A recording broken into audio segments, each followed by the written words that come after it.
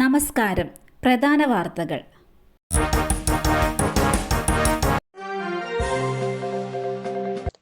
സംസ്ഥാനത്ത് ഇന്ന് ഒറ്റപ്പെട്ട ശക്തമായ മഴയ്ക്ക് സാധ്യത.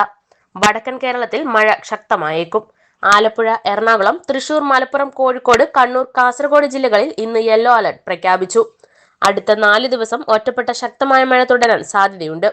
അടുത്ത 3 മണിക്കൂറിൽ കേരളത്തിലെ എല്ലാ ജില്ലകളിലും ഒറ്റപ്പെട്ട ഇടങ്ങളിൽ ഇടത്തരം മഴയ്ക്ക് സാധ്യതയുണ്ട് എന്നും കേന്ദ്ര കാലാവസ്ഥാ വകുപ്പ് അറിയിച്ചു.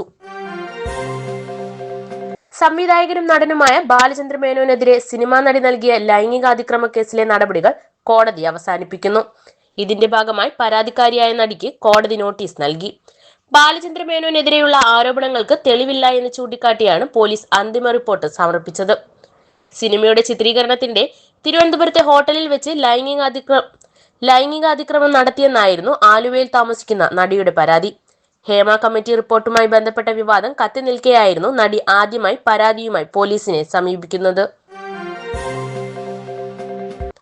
പത്തനംതിട്ട ഏനാത്ത് ബൈക്ക് തോട്ടിൽ വീണ് അധ്യാപകന് ദാരുണാന്ത്യം. മണ്ണടി സ്വദേശി ശ്രീകുമാറാണ് മരിച്ചത്. വയലത്തല LP സ്കൂളിലെ അധ്യാപകനായിരുന്നു ശ്രീകുമാർ. തോട്ടിൽ ബൈക്കിന്റെ വെളിച്ചം കണ്ടാണ് നാട്ടുകാർ ശ്രദ്ധിച്ചത്.